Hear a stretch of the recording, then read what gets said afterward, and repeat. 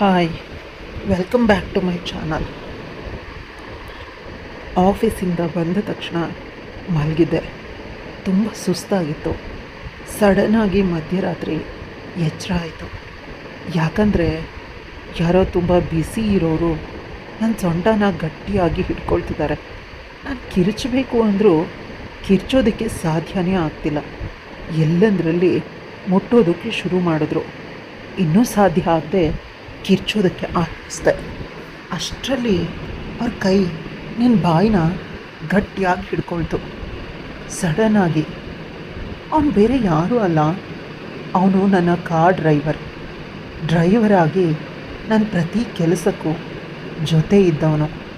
ಇವತ್ತು ನನ್ನನ್ನು ದೈಹಿಕವಾಗಿ ಬಳಸ್ಕೊಳ್ಳೋದಕ್ಕೆ ಪ್ರಯತ್ನ ಪಡ್ತಿದ್ದಾನೆ. ನಾನೇನು ಮಾಡಲಿ, ನಂಬಿಕಸ್ತ ಅಂತ ನಂಬಿದ್ದಕ್ಕೆ ಇವತ್ತು ನನ್ನ ಹಾಸಿಗೆ ಮೇಲೆ ಬಂದಿದ್ದಾನೆ. ನಾನು ಇವನನ್ನು ಸುಮ್ಮನೆ ಬಿಡೋದಿಲ್ಲ. ಮೇಲೆ ಹೇಳೋದಕ್ಕೋದ್ರೆ ಪುನಃ ನನ್ನನ್ನು ಅವನ ಬಳಿ ಎಳ್ಕೊಂಡ. ಅವನ ಹಸಿ ಬಿಸಿ ದೇಹದ ಮೇಲೆ ನಾನು ಬಿದ್ದಾಗ ಮುಂದೆ ಏನಾಯಿತು ತಿಳ್ಕೊಬೇಕು ಅಂದರೆ ಕಥೆನ ಸ್ಕಿಪ್ ಮಾಡಿದೆ, ಪೂರ್ತಿಯಾಗಿ ಕೇಳಿ. ನನ್ನ ಹೆಸರು ಕಾವ್ಯ. ಅಪ್ಪ ಅಮ್ಮನನ್ನು ನೋಡಲ್ಲ ಬೆಳೆದಿದ್ದು ಚಿಕ್ಕಮ್ಮನ ಬಳಿ. ನನ್ನ ಅಪ್ಪ ಅಮ್ಮ ಡೈವೋರ್ಸ್ ತಗೊಂಡು ಅಪ್ಪ ಒಬ್ಬರನ್ನ ಮದುವೆ ಆದರೆ ಅಮ್ಮ ಇನ್ನೊಬ್ಬಳನ್ನ ಮದುವೆ ಆದರು. ನಾನು ಅನಾಥೆ ಆದೆ ಅಂತ ನೋಡೋದಕ್ಕೆ ಸಾಧ್ಯ ಆಗದೆ ಚಿಕ್ಕಪ್ಪ ಅವ್ರ ಮನೆಗೆ ಕರ್ಕೊಂಡು ಹೋದರು. ಮೊದಲು ಎಲ್ಲ ಚೆನ್ನಾಗಿತ್ತು, ತುಂಬ ಸಿಂಪತಿ. ಅಪ್ಪ ಅಮ್ಮ ಇಲ್ಲದ ಮಗು ಅಂತ ಎಲ್ಲರೂ ನನ್ನನ್ನು ತುಂಬ ಚೆನ್ನಾಗಿ ನೋಡ್ಕೋತಿದ್ರು. ಕ್ರಮೇಣ ನನ್ನ ಮೇಲೆ ಪ್ರೀತಿ ಎಲ್ರಿಗೂ ಕಡಿಮೆ ಆಗ್ತಾ ಹೋಯಿತು. ಯಾಕಂದರೆ ಎಲ್ರಿಗೂ ಭಾರ ಆಗೋದಕ್ಕೆ ಶುರುವಾದೆ. 7ನೇ ತರಗತಿ ಹುಡುಗಿ, ನನಗೆಲ್ಲ ಸೂಕ್ಷ್ಮಗಳು ಅರ್ಥ ಆಗುತ್ತೆ. ಚಿಕ್ಕಮ್ಮ ನನಗೆ ತಂಗ್ಳಿಡ್ತಿದ್ಲು. ತಂಗ್ಳು ಅನ್ನೋ ಪರವಾಗಿಲ್ಲ, ಒಮ್ಮೊಮ್ಮೆ ಹಳಸಿದನ್ನು ಇಡ್ತಿದ್ಲು. ನನಗೆ ಕಷ್ಟ ಆಗ್ತಿತ್ತು. ನಾನು ತುಂಬ ಬೇಸರದಲ್ಲಿರ್ತಿದ್ದೆ. ಆಗ ನನ್ನ ಗೆಳತಿಯರು ಬೇಸರದಲ್ಲಿದ್ದರೆ ಏನೂ ಆಗೋದಿಲ್ಲ, ಏನಾದರೂ ಕೆಲಸ ಮಾಡು ಅಂತ ಹೇಳ್ತಿದ್ರು. ಆಗ ಏನು ಪಾತ್ರೆ ತೊಳಿತಿದ್ದೆ. ಆ ಕೆಲಸ ಮಾಡೋದಕ್ಕೆ ಹೋದರೆ ಯಾರೂ ಕೆಲಸ ಕೊಡಲಿಲ್ಲ. ಚಿಕ್ಕವಳು ನೀನು, ನಿನಗ್ಯಾಕೆ ಅಂತ ಚೆನ್ನಾಗಿ ಓದು ಮಗು ಅಂತ ಹೇಳಿಬಿಡ್ತಿದ್ರು. ನಾನು ಬುದ್ಧಿವಂತೆ ಆಗಿದ್ದರಿಂದ ಸ್ಕೂಲಲ್ಲಿ ಸಿಗುವ ಸ್ಕಾಲರ್ಶಿಪ್ಪಿಂದ ಓದೋದಕ್ಕೆ ಆರಂಭಿಸ್ದೆ. ಕೊನೆಗೆ ನಮ್ಮ ಟೀಚರ್, ನೀನು ಎಷ್ಟು ಓದ್ತೀನಿ ಅಂದರೂ ನಾನು ಓದಿಸ್ತೀನಿ ಅಂತ ಹೇಳಿದ್ರು. ಒಂದಿನ ಸಮಸ್ಯೆ ಮುಗಿದು ಹೋಯಿತು. ಈಗಿರೋದು ಊಟದ ಸಮಸ್ಯೆ. ಅದಕ್ಕೆ ಏನು ಮಾಡೋದು ತಿಳಿದಿಲ್ಲ. ಅದಕ್ಕೆ ಊಟ ಕೂಡ ವ್ಯವಸ್ಥೆ ಆಯಿತು. ನನ್ನ ಮನೆ ಗೆಳತಿ ಪ್ರತಿದಿನ ಮಧ್ಯಾಹ್ನ ಊಟ ಮಾಡಿ ಉಳಿದ ಅನ್ನನ ನನಗೆ ತಂದು ಕೊಡ್ತಿದ್ಲು. ತಂದು ತಿಂತಿದ್ದೆ. ಚಿಕ್ಕಮ್ಮ ಬೈತಿದ್ಲು, ತಂಗಳು ಯಾರು ತಿಂತಾರೆ, ನೀನು ಊಟ ಮಾಡಿಲ್ಲ ಅಂದರೆ ಅಂತ. ಆಗ ಚಿಕ್ಕಪ್ಪ, ನಿನಗೂ ಮಕ್ಕಳಿದ್ದಾರೆ, ಇನ್ನೊಬ್ಬರು ಮಕ್ಕಳನ್ನು ಈ ರೀತಿ ಹೊಟ್ಟೆ ಉರಿಸ್ಬಾರ್ದು ಅಂತ ಹೇಳ್ತಾರೆ. ಆದರೆ ಚಿಕ್ಕಪ್ಪನ ಮಾತನ್ನು ಕೇಳೋದೇ ಇಲ್ಲ. ಬದಲಿಗೆ ಯಾವಾಗಲೂ ಜಗಳ ಮಾಡ್ತಿರ್ತಾಳೆ. ಸಾಕಾಗೋಗಿದೆ ಈ ಬದುಕು ಅಂತ ಅನಿಸುತ್ತೆ. ಅಮ್ಮನ ನಂಬರ್ ಇತ್ತು, ಅದಕ್ಕೆ ಕಾಲ್ ಮಾಡಿದೆ. ಅಮ್ಮ ಫೋನ್ನ ತಗೊಂಡ್ಳು. ಅವಳು ಕೂಡ ಅಳೋದಕ್ಕೆ ಶುರು ಮಾಡಿದ್ಲು. ಅವಳಿಗೂ ಕೂಡ ಇಷ್ಟ ನನ್ನನ್ನು ಜೊತೇಲಿ ಇಟ್ಕೊಳ್ಳೋದಕ್ಕೆ. 2 ದಿನ ನನ್ನನ್ನು ಕರ್ಕೊಂಡು ಹೋದ್ಲು ಅವ್ರ ಮನೆಯಲ್ಲಿ ಇರಿಸ್ಕೊಳ್ಳೋದಕ್ಕೆ. ನಾನು ಚೆನ್ನಾಗಿ ಅಳ್ತಿದ್ದೆ. ಅಮ್ಮ ಸಿಕ್ಕ ಮೇಲೆ ಖುಷಿ ಆಯಿತು. ಆದರೆ ಅಮ್ಮನ ಮನೆಗೆ ಹೋದ್ಮೇಲೆ ದುಃಖ ಜಾಸ್ತಿ ಆಯಿತು. ಅಮ್ಮಂಗೆ 2 ಗಂಡು ಮಕ್ಕಳಿದ್ದಾರೆ. ನನ್ನ ಪುಟ್ಟ ತಮ್ಮಂದರು. ಅವ್ರ ಜೊತೆ ಆಟ ಆಡ್ತಾ ಇದ್ದೆ. ಅಮ್ಮನ ಹೊಸ ಗಂಡ ಅಂದರೆ ನನ್ನ 2ನೇ ಅಪ್ಪ ಪರವಾಗಿಲ್ಲ, ನನ್ನನ್ನು ಚೆನ್ನಾಗೇ ನೋಡ್ಕೊಳ್ತಿದ್ರು. ಎಲ್ಲ ಸೆಟಲ್ ಆದೆ ಅಂತ ಅಂದ್ಕೊಳ್ಳೋಷ್ಟರಲ್ಲಿ ನನ್ನ ಅಮ್ಮನ 2ನೇ ಗಂಡನ ಮನೆಯಲ್ಲಿ ಸಮಸ್ಯೆ ಆಯಿತು. ಅದರಿಂದ ನನ್ನನ್ನು ದೂರ ಇಡೋದಕ್ಕೆ ಪ್ರಯತ್ನ ಪಟ್ಟರು. ವಿಧಿ ಇಲ್ಲದೆ ಅಮ್ಮ ನನ್ನನ್ನು ಅವ್ರ ಗೆಳತಿಯ ಹಾಸ್ಟೆಲ್ಗೆ ಸೇರಿಸಿದ್ರು. ಇದೊಂದು ಒಳ್ಳೆ ಕೆಲಸ ಅಮ್ಮ ಮಾಡಿದ್ರು. ಗೌರ್ಮೆಂಟ್ ಹಾಸ್ಟೆಲ್ ಆಗಿದ್ದರಿಂದ ಒಂದು ರೀತಿ ಊಟ ಚೆನ್ನಾಗೇ ಇರ್ತಿರ್ಲಿಲ್ಲ. ಆದರೆ ಚಿಕ್ಕಮ್ಮ ಕೊಡ್ತಿದ್ದ ಹಳಸಿದನ್ನಕ್ಕಿಂತ ತುಂಬ ರುಚಿಯಾಗಿರ್ತಿತ್ತು. ನಾನು ಅದರಲ್ಲೇ ತೃಪ್ತಿ ಕಾಣ್ತಾ ಇದ್ದೆ. ನನಗೆ ಜೀವನ ಅಷ್ಟೊಂದು ಕಷ್ಟ ಅಂತ ಅನ್ನಿಸ್ತಾ ಇರಲಿಲ್ಲ. ಯಾಕಂದರೆ ಚಿಕ್ಕ ವಯಸ್ಸಿಗೆ ತುಂಬ ಕಷ್ಟನ ನೋಡಿದವಳು ನಾನು. ಆದರೂ ಯಾವ ಬದುಕು ಒಂದು ಉದ್ದೇಶ ಇತ್ತು, ಚೆನ್ನಾಗಿ ಬದುಕಬೇಕು ಅನ್ನೋ ಆಸೆ ಇತ್ತು. ಬದುಕಿ ನನ್ನನ್ನು ಆಡ್ಕೊಂಡವ್ರಿಗೆ, ನನಗೆ ಅವಮಾನ ಮಾಡಿದವ್ರಿಗೆ ತೋರಿಸ್ಬೇಕು ಅನ್ನೋ ಇಷ್ಟ ಇತ್ತು. ಅದಕ್ಕಾಗಿ ನಾನು ಓದೋದಕ್ಕೆ ಶುರು ಮಾಡಿದೆ. ಅಮ್ಮ ಏನೂ ಮಾಡೋದಕ್ಕೆ ಸಾಧ್ಯ ಇಲ್ಲ, ಅಪ್ಪ ನಮ್ಮನ್ನೆಲ್ಲ ಮರ್ತೇ ಬಿಟ್ಟಿದ್ದಾರೆ. ಆದ್ದರಿಂದ ಆದಷ್ಟು ನಾವು ಅಂತ ಅಂದೆ. ಕೇವಲ ನಾನು ಮಾತ್ರ ಅಂದ್ಕೊಂಡು ನಾನು ಬದುಕಬೇಕು. ನಾನು ಅಂದ್ಕೊಂಡ್ರೆ ಜವಾಬ್ದಾರಿ ಜಾಸ್ತಿ ಆಗ್ತಾಯಿದೆ, ಕಣ್ಣೀರು ಜಾಸ್ತಿ ಆಗ್ತಾಯಿದೆ, ದುಃಖ ಜಾಸ್ತಿ ಆಗ್ತಾಯಿದೆ ಅಂತ ಜೋರಾಗಿ ರಾತ್ರಿ ಹಗಲು ಶುರು ಮಾಡಿದೆ. ಆದರೆ ಎಷ್ಟು ಅಂತ ಹಳ್ಳಿ ಕಣ್ಣೀರಿರೋವರೆಗೂ ಅಷ್ಟೆ. ನಾನು ತುಂಬ ಪ್ರಾಕ್ಟಿಕಲ್ ಆದೆ. ಎಲ್ಲ ಕಷ್ಟಗಳನ್ನು ಎಲ್ಲವನ್ನ ಮರೆತುಬಿಟ್ಟೆ. ಕೇವಲ ನನ್ನ ಬದುಕಲ್ಲಿ ಓದು ಬಿಟ್ಟರೆ ಸಾಕು, ಇನ್ನೇನೂ ಇಲ್ಲ. ಚೆನ್ನಾಗಿ ಓದಿದೆ, ಕೆಲಸಕ್ಕೆ ಸೇರಬೇಕು. ಅದೇ ರೀತಿ ಆಯಿತು.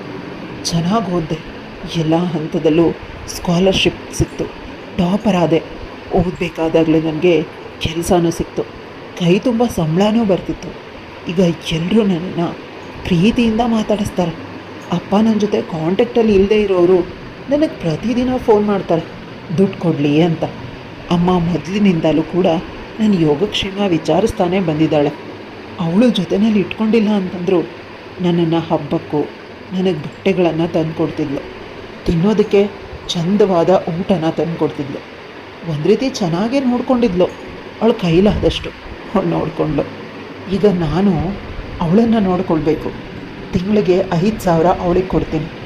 ಅಪ್ಪಂಗೆ ಫೋನ್ ಮಾಡಿದಾಗ ಸ್ವಲ್ಪ ಸ್ವಲ್ಪ ದುಡ್ಡನ್ನು ಹಾಕ್ತೀನಿ. ಅಷ್ಟೇ ಅಲ್ಲ, ನನ್ನ ಕೈಲಾಗೋದು ನನ್ನ ಭವಿಷ್ಯನ ನೋಡ್ಕೋಬೇಕು, ನಾನು ಯಾರಿಗೂ ಹೊರೆ ಆಗಬಾರ್ದು ಅಂತ ಅಲ್ಪ ಸ್ವಲ್ಪ ದುಡ್ಡು ಮಾತ್ರ ನಾನು ಖರ್ಚು ಮಾಡೋದು. ಉಳಿದಿದ್ದನ್ನು ಸೇವಿಂಗ್ ಮಾಡ್ತೀನಿ. ಆಫೀಸಲ್ಲಿ ನಾನು ತುಂಬ ಯಾರ ಜೊತೆನೂ ಮಾತಾಡ್ತಿರ್ಲಿಲ್ಲ.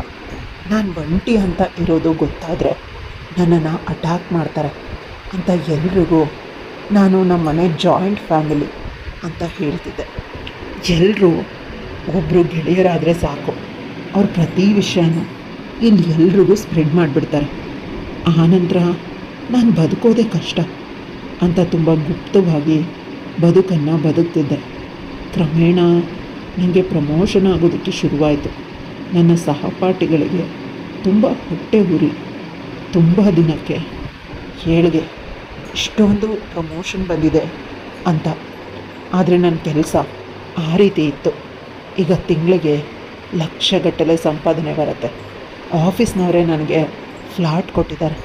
ಅದಕ್ಕೂ ಮೀರಿ ನನ್ನನ್ನು ತುಂಬ ಆದರದಿಂದ ನೋಡ್ಕೊಳ್ತಾರೆ. ಅವರೇ ನನಗಾಗಿ ಒಂದು ಕಾರನ್ನು ಗಿಫ್ಟಾಗಿ ಕೊಟ್ಟಿದ್ದಾರೆ. ಅದಕ್ಕೆ ಡ್ರೈವರ್ನ ಕೂಡ ಅವರೇ ಇಟ್ಟಿದ್ದಾರೆ. ಡ್ರೈವರ್ ಹೆಸರು ಕಿರಣ್ ಅಂತ. ನೋಡೋದಕ್ಕೆ ಆವ್ರೇಜ್, ನೋಡಿದ ತಕ್ಷಣ ರೆಸ್ಪೆಕ್ಟ್ ಕೊಡಬೇಕು, ತುಂಬ ಮಾತಾಡಬೇಕು, ತುಂಬ ಒಳ್ಳೆಯವನು ಅಂತ ಅನಿಸುತ್ತೆ. ಅವನ ಸೆಳೆದ ಅಷ್ಟೊಂದಿದೆ. ಪ್ರತಿ ಬಾರಿ ಅವನನ್ನು ನೋಡಿದಾಗ ಅವನು ಸ್ಪೆಷಲ್, ಈ ಮನುಷ್ಯ ತುಂಬಾ ಸ್ಪೆಷಲ್ ಅಂತ ಅನಿಸುತ್ತೆ. ಅವ್ರು ನನ್ನ ಜೊತೆ ಮಾತಾಡೋದು ಎಷ್ಟು ಬೇಕೋ ಅಷ್ಟು ಮಾತಾಡ್ತಾನೆ. ನಾನು ಮೂಡ್ ಅವನಿಗೆ ಗೊತ್ತಿರುತ್ತೆ. ನಾನು ಸಿಟ್ಟಲ್ಲಿದ್ದಾಗ ಸೈಲೆಂಟ್ ಆಗಿರ್ತಾನೆ, ನಗ್ನಗ್ತಾ ಇದ್ದಾಗ ಅವನು ನಗ್ತಾ ಕಾಲೆಳಿತಾನೆ. ಇವತ್ತು ನನಗೆ ಬೇಸರ ಆಗ್ತಿತ್ತು. ಸಡನ್ನಾಗಿ ಅವನು ದೇವಸ್ಥಾನದ ಬಳಿ ಕಾರನ್ನು ನಿಲ್ಲಿಸಿದ. ಯಾಕೆ ಅಂತ ಕೇಳಿದ್ದಕ್ಕೆ, ದೇವಸ್ಥಾನದ ಬಳಿ ಸ್ವಲ್ಪ ಹೊತ್ತು ಕೂತ್ಕೊಂಡ್ರೆ ನೆಮ್ಮದಿ ಸಿಗುತ್ತೆ ಮೇಡಮ್. ಯಾವಾಗಲೂ ಚಿಂತನೆಯಲ್ಲಿನೇ ಇರ್ತೀರ. ನೀವು ದೊಡ್ಡ ಆಫೀಸರ್, ನಾನು ಡ್ರೈವರ್. ನನಗೆ ನನ್ನ ಕೂದಲಷ್ಟು ಸಮಸ್ಯೆ ಇದೆ, ಆದರೂ ಯಾವಾಗಲೂ ನಗ್ತಾನೆ ಇರ್ತೀನಿ. ನೀವು ನೋಡಿದ್ರೆ ಅಂತ ಜೋರಾಗಿ ನಗೋದಕ್ಕೆ ಶುರು ಮಾಡ್ದ. ಮೊದಲು ಅವನ ಮೇಲೆ ಕೋಪ ಬಂದರು, ನಂತರ ಅವನು ಹೇಳಿದ್ದೇ ಸರಿ ಅಂತ ಅನ್ನಿಸ್ತು. ಚಿಕ್ಕಂದಿನಿಂದ ಇಲ್ಲಿವರೆಗೂ ನನ್ನ ಆತ್ಮಬಲ ಆ ದೇವರೇ ಅಂತ ಏನೂ ಮಾತಾಡದೆ ದೇವಸ್ಥಾನದ ಒಳಗೆ ಹೋದೆ. ತುಂಬ ಹೊತ್ತು ಅಲ್ಲಿ ಕೂತಿದ್ದಾಗ ಅಮ್ಮನನ್ನು ನೋಡ್ತಾ ನನಗೆ ಸಮಾಧಾನ ಆಯಿತು. ಇದ್ದ ಸಮಸ್ಯೆಗಳೆಲ್ಲ ಮಾಯವಾಗಿ ಹೋಯಿತು. ನಾನೇ ಅತಿಯಾಗಿ ಯೋಚನೆ ಮಾಡ್ತೀನಿ, ದೇವರು ಸದಾ ನನ್ನ ಜೊತೆ ಇದ್ದೇ ಇರ್ತಾನೆ ಅಂತ ಅಂದ್ಕೊಂಡು ಹೊರಬಂದಾಗ ಅವನ ಕೈ ತುಂಬ ಮಲ್ಲಿಗೆ ಎಳ್ಕೊಂಡು ಕೂತಿದ್ದಾನೆ. ನಾನೇ ಮುಡಿಸ್ತೀನಿ ನಿಮಗೆ ಅಂತ ಅಂದ. ನನಗೆ ಭಯ ಆಗಿ, ಇಲ್ಲ ನಾನೇ ಮುಡ್ಕೊಳ್ತೀನಿ ಕೊಡಿ ಅಂತ ಕೇಳಿದೆ. ಅವನದನ್ನು ಎಲ್ಲರ ಕಡೆ ತಿರುಗಿ ನೋಡಿ ನನ್ನ ಕಡೆ ಕೊಟ್ಟ. ಏನೋ ಸಮಥಿಂಗ್ ರಾಂಗ್ ಅಂತ ಅನ್ನಿಸ್ದಾಗ ಮೇಡಮ್ ಬನ್ನಿ ಕೂತ್ಕೊಳ್ಳಿ ಅಂದ. ಕಾರಲ್ಲಿ ಕೂರಿಸಿ ಅವನು ಡ್ರೈವಿಂಗಲ್ಲಿ ಬ್ಯುಸಿ ಆದ. ನಂತರ ನಾನೇ ನಿಧಾನವಾಗಿ ಕೇಳಿದೆ, ನೀವು ಹೂವನ್ನು ಕೊಡಬೇಕಾದಾಗ ಆ ಕಡೆ ಈ ಕಡೆ ಯಾಕೆ ನೋಡ್ತಿದ್ದೀರಾ ಅಂದಾಗ ಮೇಡಮ್ ಅವರೆಲ್ಲ ನನ್ನನ್ನು ನಿಮ್ಮ ಗಂಡ ಅಂತ ಅಂದ್ಕೊಂಡಿದ್ರು. ನಾನು ಡ್ರೈವರ್ ಅಂತ ಹೇಳಿದ್ರು ಒಪ್ಪಲಿಲ್ಲ. ಆಗ ಅಲ್ಲೇ ಇದ್ದ ಒಬ್ಬ ಹುಡುಗ ಹೇಳ್ದ, ನೀವು ಹೂವನ್ನು ನೀವೇ ಮುಡಿಸಿದ್ರೆ ಗಂಡ ನೀನು ಮುಡಿಸ್ತೀನಿ ಅಂತ ಕೇಳಿದ್ರು ಅವ್ರು ಮುಡಿಸ್ಕೊಳ್ಳಿಲ್ಲ ಅಂದರೆ ನೀನು ಗಂಡ ಅಲ್ಲ ಡ್ರೈವರ್ ಅಂತ. ನೀವು ಹೂವನ್ನು ಮುಡಿಸ್ಕೊಳ್ಳಿಲ್ಲ ನನ್ನ ಕೈಯಿಂದ. ಆಗ ಅವ್ರಿಗೆಲ್ಲ ಅರ್ಥ ಆಯಿತು ನಾನು ಕೆಲಸದವನು ಅಂತ.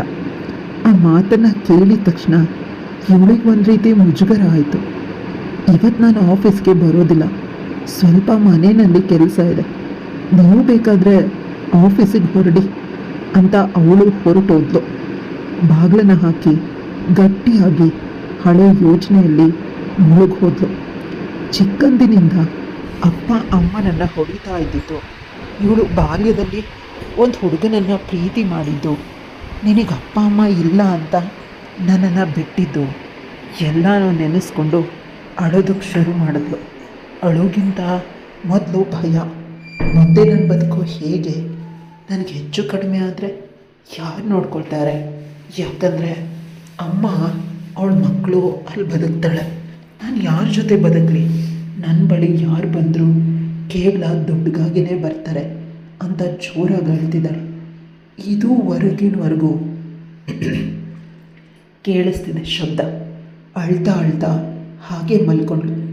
ಯಾವಾಗ ಮಲಗದೆ ಅಂತ ಅವಳಿಗೂ ತಿಳಿಲಿಲ್ಲ. ಪುನಃ ಭ್ರಮೆಗೆ ಹೋದಾಗ ತಾನು ಏನನ್ನೂ ಗೆದ್ದಿಲ್ಲ, ನಾನು ಜೀವನದಲ್ಲಿ ಏನನ್ನೂ ಪಡೆದಿಲ್ಲ ಅಂತ ಅಂದ್ಕೊಂಡಾಗ ಆಗೋ ದುಃಖ ಯಾವ ದೇವರು ಕೂಡ ತೀರಿಸೋದಕ್ಕೆ ಸಾಧ್ಯ ಇಲ್ಲ.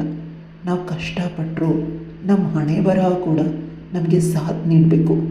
ಕೇವಲ ನಾವು ಮಾತ್ರ ಕಷ್ಟಪಡೋದು, ಬದುಕು ಒಂಟಿಯಾಗಿ ಬದುಕೋದು, ನಮ್ಮನ್ನು ಪ್ರೀತಿಸಿದವರು ನಮ್ಮನ್ನು ತಪ್ಕೊಳ್ಳೋವರೆಗೂ ನಮ್ಮ ನೋವಿಗೆ ಸ್ಪಂದಿಸೋರು ಬೇಕು ಅಂತ ಅವಳ ಜೀವನದ ಕಣ್ಣಿನಲ್ಲೂ ಕೂಡ ಹಂಬಲಿಸ್ತಾ ಇದೆ. ಮಧ್ಯರಾತ್ರಿ ಅವಳಿಗೇನೋ ಒಂದು ಹೊಸ ಅನುಭವ ಆಗ್ತಿದೆ. ಕನಸಲ್ಲಿ ಇದ್ದೀನಿ ಅಂತ ಅನ್ನಿಸ್ತಿದೆ. ತುಂಬ ಖುಷಿಯಿಂದ ಅನುಭವಿಸ್ತಿದ್ದಾಳೆ, ನಗ್ತಿದ್ದಾಳೆ. ಸಡನ್ನಾಗಿ ಎಚ್ಚರ ಆಯಿತು. ಇದು ಕನಸಲ್ಲ, ವಾಸ್ತವ ಅಂತ ಅನಿಸೋದಕ್ಕೆ ಆರಂಭಿಸ್ತು. ಯಾರೋ ತನ್ನ ದೇಹನ ಮುಟ್ತಿದ್ದಾರೆ, ಅವ್ರ ಎರಡೂ ಕೈಗಳಿಂದ ಮುಟ್ತಿದ್ದಾರೆ, ನನ್ನ ತುಟಿಗಳಿಗೆ ಮುತ್ತು ಕೊಡ್ತಿದ್ದಾರೆ. ಒಂದು ರೀತಿ ಮೆತ್ತನೆಯ ಬಿಸಿಯಾದ ಅನುಭವ. ನಾನು ಮದುವೆ ಆಗಿಲ್ಲ, ಒಂಟಿ ಅನ್ನೋದು ಅರ್ಥವಾದ ತಕ್ಷಣ ಕಣ್ಬಿಟ್ಟು ನೋಡಿದೆ. ಏನೂ ಕಾಣಿಸ್ತಿಲ್ಲ. ಯಾವುದೋ ಒಂದು ದೇಹ ನನ್ನ ದೇಹಕ್ಕೆ ಆವರಿಸಿ ನನಗೆ ಸುಖನ ಕೊಡ್ತಿದೆ. ಅದು ಕೂಡ ತಗೊಳ್ಳೋದಕ್ಕೆ ಸಡನ್ನಾಗಿ ಕರೆಂಟ್ ಬಂದಾಗ ಎದುರುಗಡೆ ಇದ್ದ ಮನುಷ್ಯನನ್ನು ನೋಡಿ ನಾನು ಬೆಚ್ಚಿ ಬಿದ್ದೆ. ನನ್ನ ದೇಹನ ನನ್ನ ಅನುಮತಿ ಇಲ್ಲದೆ ಮುಟ್ತಿದ್ದವನು ಬೇರೆ ಯಾರೂ ಅಲ್ಲ, ನನ್ನ ಡ್ರೈವರ್. ತುಂಬ ಒಳ್ಳೆಯವನು ಅಂತ ಸ್ವಲ್ಪ ಸಲಿಗೆ ಕೊಟ್ಟಿದ್ದಕ್ಕೆ ಇವತ್ತು ನನ್ನ ರೂಮಿಗೆ ಬಂದಿದ್ದಾನೆ. ಇವನು ಹೇಗೆ ರೂಮಿಗೆ ಬಂದ ಅಂತ ಭಯ ಆಯಿತು. ಆ ಅಪಾರ್ಟ್ಮೆಂಟಲ್ಲಿ ಒಂದು ಕೀ ಅವನ ಬಳಿ ಇದೆ. ಆಫೀಸ್ ಪೇಪರ್ಸ್ ಕಾಣಿಸ್ತಾ ಇಲ್ಲ ಅಂತ ಮೊನ್ನೆ ಕೊಟ್ಟಿದ್ದೆ, ಮನೆಗೆ ಹೋಗಿ ತಗೊಂಡು ಬಾ ಅಂತ. ಈಗ ನಿಜ ಬೆವರೋದಕ್ಕೆ ಶುರು ಮಾಡಿದೆ.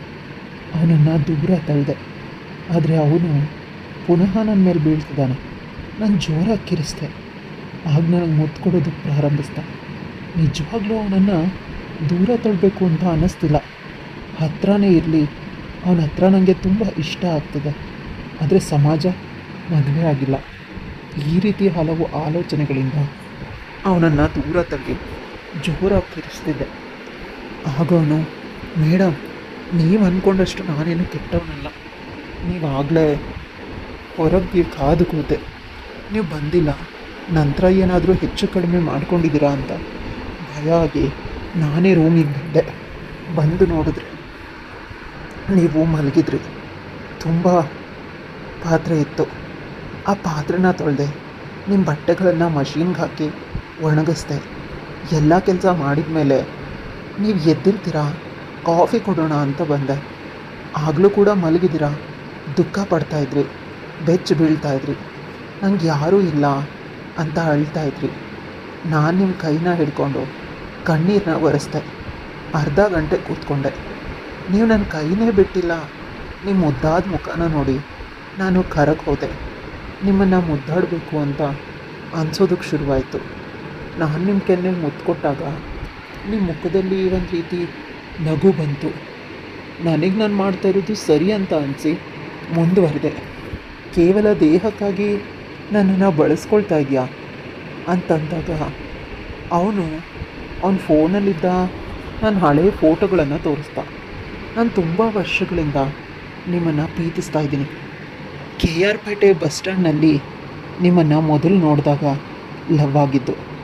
ಆದರೆ ಆಗ ನನ್ನ ಹತ್ರ ಏನೂ ಇರಲಿಲ್ಲ. ನಾನು ಒಂದು ಸ್ಟೇಜಿಗೆ ಬಂದು ಅದಾದಮೇಲೆ ನಿನ್ನನ್ನು ಪ್ರಪೋಸ್ ಮಾಡೋಣ ಅಂತ ಅಂದ್ಕೊಂಡೆ. ನಾನು ಎಷ್ಟು ಮೇಲೆ ಬಂದರೂ ಕೂಡ ನೀನು ನನಗಿಂತ ಮೇಲೆ ಹೋಗ್ತಿದ್ದೆ. ನನ್ನ ಸ್ವಂತ ಟ್ರಾವೆಲ್ ಬಿಸ್ನೆಸ್ ಇದೆ. ಅದರಿಂದಾನೇ ಡ್ರೈವರ್ಗಳನ್ನು ಕಳಿಸೋದು. ನಾನು ಓನರ್ ಆಗಿದ್ದರೂ ಕೂಡ ನನಗೆ ನಿನ್ನ ಜೊತೆ ಸಮಯ ಕಳಿಬೇಕು, ನಿನ್ನನ್ನು ಪ್ರೀತಿಸಬೇಕು, ನೀನು ನನ್ನನ್ನು ಪ್ರೀತಿಸಬೇಕು. ಆ ರೀತಿ ಬಾಂಧವ್ಯನ ನಮ್ಮಿಬ್ಬರ ಮದುವೆ ಬೆಳೆಸಬೇಕು ನಾನು ಅಂತ ನೀನು ಡ್ರೈವರ್ ಆಗಿ ಬಂದೆ. ಆದರೆ ತಿಳಿದೇನೋ ನಾನು ನಿನಗೆ ಮೋಸ ಮಾಡ್ತಾಯಿದ್ದೀನಿ ಅಂತ ಅನ್ನಿಸ್ತು. ಆದಷ್ಟು ಮೌನವಾಗಿರ್ತಿದ್ದೆ. ನೀನು ದುಃಖದಲ್ಲಿದ್ದಾಗ ನಿನ್ನನ್ನು ಬಾಚಿ ತಪ್ಕೊಳ್ಬೇಕು, ನಿನಗಾಗಿ ನಾನಿದ್ದೀನಿ, ನಿನ್ನ ಸಂಪೂರ್ಣ ಪರಿವಾರ ಇದೆ ಅಂತ ಹೇಳಬೇಕು ಅಂತ ಅನ್ನಿಸ್ತಿತ್ತು. ಆದರೆ ನೀನಿನ್ನೂ ಒಪ್ಕೊಂಡಿಲ್ಲ ಅಂತಂದರೆ ಆ ಭಯ ಯಾವಾಗಲೂ ಕಾಡ್ತಿತ್ತು. ನಿನ್ನ ಸಾಯಂಕಾಲ ತುಂಬ ನೋವಲ್ಲಿದ್ದೆ. ನಿನ್ನ ನೋವಿಗೆ ನಾನು ಸಾಥ್ ನೀಡಬೇಕು, ನಿನ್ನ ಬಾಳ ಸಂಗಾತಿ ನಾನೇ ಆಗಬೇಕು. ಯಾಕಂದರೆ ನನ್ನಷ್ಟು ನಿನ್ನನ್ನು ಯಾರೂ ಪ್ರೀತಿ ಮಾಡಲ್ಲ, ಯಾರೂ ಚೆನ್ನಾಗಿ ಅರ್ಥ ಮಾಡ್ಕೊಂಡಿಲ್ಲ. ಅದಕ್ಕಿಂತ ಹೆಚ್ಚಾಗಿ ಮಾನಸಿಕವಾಗಿ ನಾನು ನಿನ್ನನ್ನು ಈಗಾಗಲೇ ಮದುವೆ ಆಗಿಬಿಟ್ಟಿದ್ದೀನಿ, ನೀನೇ ನನ್ನ ಹೆಂಡತಿ ಅಂತ ನನ್ನ ಕೈಯನ್ನು ಹಿಡ್ಕೊಂಡ. ಅವನು ಹಿಡ್ಕೊಂಡಾಗ ನಂಗೆ ಏನು ಹೇಳಬೇಕು ಅಂತಲೇ ತಿಳಿತಿಲ್ಲ. ಆದರೆ ಅವನ ಸ್ಪರ್ಶ ನನ್ನಲ್ಲಿ ಒಂದು ನಂಬಿಕೆನ ಹುಟ್ಟಿಸಿತ್ತು. ನಾನು ಹುಂಡಿಯಲ್ಲ, ನನ್ನ ಜೊತೆ ಒಬ್ಬರಿದ್ದಾರೆ, ಇವನೇ ನಿನ್ನ ಭಾಳ ಸಂಗಾತಿ ಅಂತ ನಾನು ಕೂಡ ಅವನ ಕೈನ ಹಿಡ್ಕೊಂಡೆ. ನಿನ್ನ ಬಗ್ಗೆ ಸರಿಯಾಗಿ ನನಗೆ ಗೊತ್ತಿಲ್ಲ, ನೀನು ಹೇಳಿದನ್ನೆಲ್ಲ ನಂಬಿದ್ದೀನಿ. ನನಗೆ ಮೋಸ ಮಾಡಬಾರ್ದು. ಚಿಕ್ಕಂದಿನಿಂದ ನನ್ನ ಹೆತ್ತವರ ಹೊಡೆದಾಟನ ನೋಡಿ ನನ್ನ ಮನಸ್ಸು ಛಿದ್ರ ಆಗೋಗಿದೆ. ಆ ಛಿದ್ರವಾದ ಮನಸ್ಸನ್ನು ನೀನು ಜೋಡಿಸ್ತೀಯಾ ಅಂತ ಕೇಳಿದೆ. ಅವನು ಖುಷಿಯಿಂದ ನನ್ನನ್ನು ಗಟ್ಟಿಯಾಗಿ ತಪ್ಕೊಂಡ. ವಾರದಲ್ಲಿಯೇ ನಮ್ಮಿಬ್ಬರ ಮದುವೆ ಆಗೋಯ್ತು. ತುಂಬ ಸರಳವಾಗಿ. ಅವ್ರ ಮನೆ ಒಂದು ಸರಳವಾದ ಪರಿವಾರ.